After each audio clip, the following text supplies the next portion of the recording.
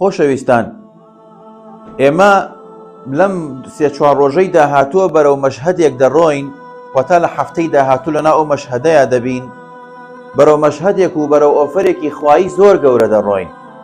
ئەویش ئۆفەری زیندووکردنەوەی شەوەکانی مانگی ڕەمەزانی پیرۆزە.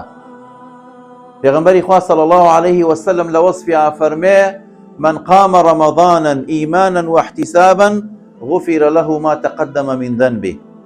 هەر کەسێک مانگی پیرۆزی ڕەمەزان بگرێت بە ئیمانێکی تەواوەوە، خوای تەبارەک وتەعالا شەوەکانیشی بە زیندوو ڕابگرێت، خوای تەبارەک وتەعالا لە گوناهەکانی لەوە پێشی خۆشە بێت.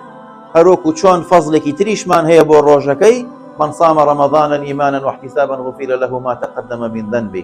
کەوابوو لە ڕۆژەکەیە بە ڕۆژوو بیت و دواتریش لە شەوەکانیا زیندوو ڕایگیری دە شەوی ئەخیری، خوای تەبارەک وتەعالا لە گوناهی لەوە پێشمان هەمووی خۆشە بێت وەکو ئەوە تازە لەدایک بووبی لە کۆتاییەکە ڕۆژی جەژنەکەین. حکمت لە ڕۆژی جەژن ئەوەیە تۆ 30 ڕۆژی تەواو لە خزمەتی خوای پەروەردگاری خۆمان ئابین و بە ئەخیرا خۆشی و شادیەکانمان دەرەبڕین کە توانیومانە ئەو فەرزەی کە خوای پەروەردگار داوێتی بەسەرمانە جێبەجێ بکەین بۆ خوای تەبارەک وتەعالای خۆمان. ئەگە بڕۆینە خزمەتی ئایەتە پیرۆزەکەش ئەوەیە کە دەفەرمێ: لەیلەة القەدر خەیر من ئەلف شەهر. واتە ئەو شەوەی کە تۆ تایە بە زیندوی ڕای دەگری خەیری بەقەدەر 1000 مانگ هەیە. ئەمە ئۆفەرێکی زۆر گەورەیە بۆ ئینسانی مسلمان لەسەر ئەرزە. باشترین و چاکترین و گەورەترین ئۆفەری خوای پەروەردگارە بۆ مسلمان. ئێمە گەر سەیرکەین نەوەکانی پێشوومان، بۆ نمونە لە سەردەمی ئادەم عەلەیهی سەلام، دواتر لە سەردەمی نوح عەلەیهی سەلامە 1000 ساڵ ژیاوە، 1000 ساڵ عیبادەتی کردو بە خوای پەروەردگار.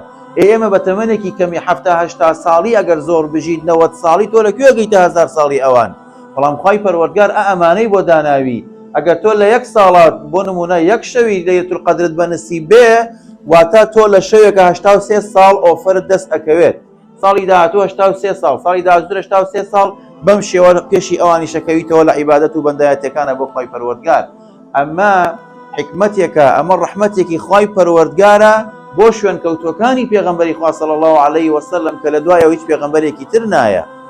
بۆیە زۆر زەرورە ئێمە بەم شێوازە بڕۆینە خزمەتی دەشەوی ئەخیری مانگی پیرۆزی ڕەمەزان.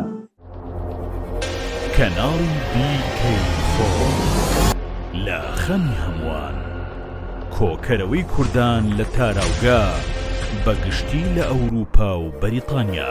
کەناڵی BK4.